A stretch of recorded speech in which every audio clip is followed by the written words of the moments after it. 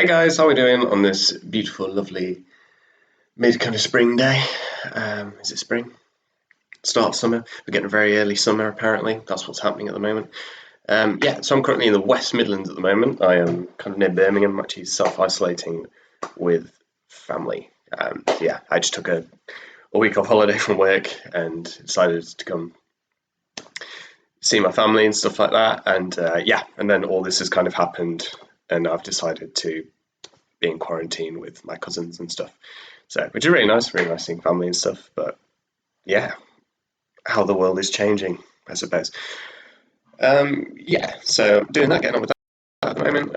Also reading this, the novelization of The Rise of Skywalker by Ray Carson, and it does fill in some of the gaps and indiscrepancies of J.J. Abrams' latest film, The Rise of Skywalker, which I thought was exceptionally average and potentially the worst of, well, all the Star Wars films, which I'm disappointed to say. Every time I watch it, I like it a little bit more, but I'm not completely sold, J.J., to put it frankly. So yeah, today I want to talk about Vivarium, which is a film about something similar to which we're actually finding ourselves in, the situation we're finding ourselves in at the moment. We're all in isolation. And in this film, the main characters are sort of, well, not quarantined, but they're two people that are forced to, well, not forced to live together because they want to live together, but they are in a situation through which they cannot escape each other because of the proximity of the world they're in and they're confined by. So yeah, I thought you can definitely draw some interesting parallels between this film and sort of what's kind of happening in the world at the moment. So yeah, I thought it'd be an interesting film to talk about anyway. So the film essentially, it's about these two young adults who are in their late 20s, early 30s, and they're trying to get onto the property ladder. So they go see an estate agent, but this estate agent's a very weird estate agent. He's a Patrick Bateman, American Psycho style estate agent. He's very weird. He's kind of sculpted physique. He's got these like well, not physique. He's got sculpted hair, should I say? It's like this kind of perfect black gelled haircut, and then he's got this really perfect kind of Jobsworth kind of attire on, this white kind of shirt and perfect tie.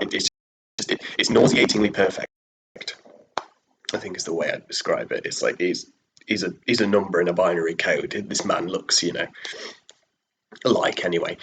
And yeah, and then they're in this kind of showroom, and it's got like models of what these houses look like, and they're this really nauseating kind of green kind of color, and they all look exactly the same. They're all copy and paste down the line. So he eventually kind of convinces them to go and check out these houses on this estate called Yonder, which sounds far too idyllic anyway, before you even actually get there. And yeah, he takes them there. And they rock up, and the house is number 9, of course, an important horror number.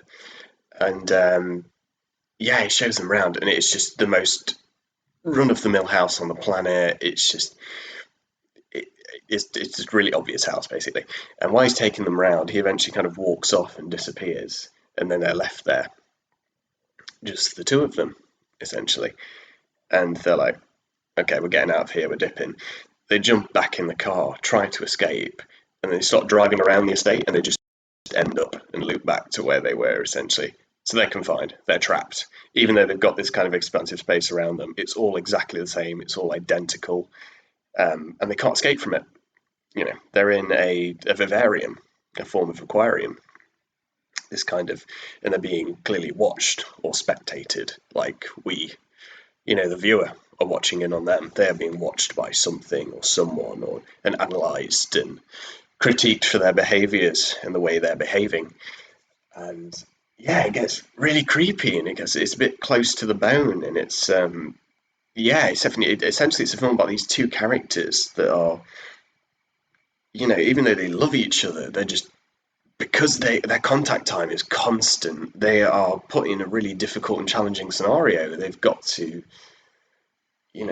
there isn't really that degree of separation. They can go in different rooms and stuff like that, but they are kind of always together. But consequently, perhaps, they start to crack, and then Jesse Eisenberg goes outside and just starts digging it just kind of starts digging aimlessly, and that in itself is kind of a prediction as to what actually happens in the film. But yeah, and then they get given this child that comes in a box, essentially, and this is what kind of propels the plot forward. So they get given a child in the box, and the child comes with like a note at the top that says "raise the child and be released." So that's kind of the promise from this. Clearly, isn't an estate agent, that they can actually be freed from this world at some point. So, or at least they presume that that's what's going to happen. So yeah, they give that a go. They give raising the child a go, and he grows at like an alarming pace. Essentially, he grows by like day 90, he's yay high and stuff like that. But yeah, and then you've got this like Damien from the Omen kind of kid who's kind of entered the fray, and he's a terrifying little creature, and he just kind of repeats and regurgitates what they say, and is influenced by them. So he becomes a child raised by their hatred of it, because it isn't actually their child. It's this thing. She reminds it all the time that I am not your mother. It's those kind of, she kind of feels harsh and attached to this child because in the setup to the film, she's a school teacher, so it kind of carries that through.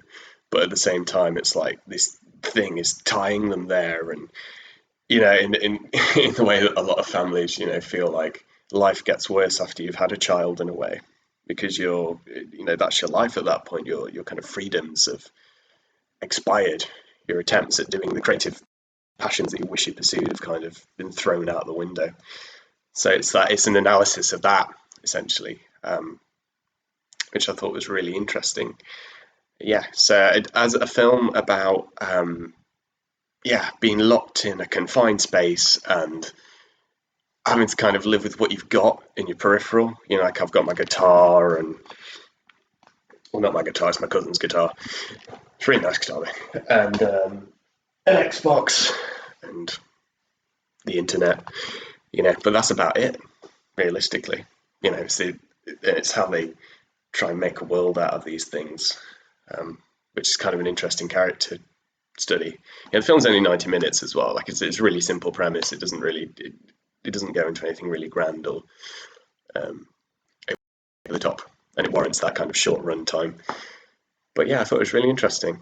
Yeah, and yeah, if you got spare 90 minutes and you just want to feel something visually represented that you're perhaps feeling, then maybe check it out. Yeah, I'd recommend Vivarium.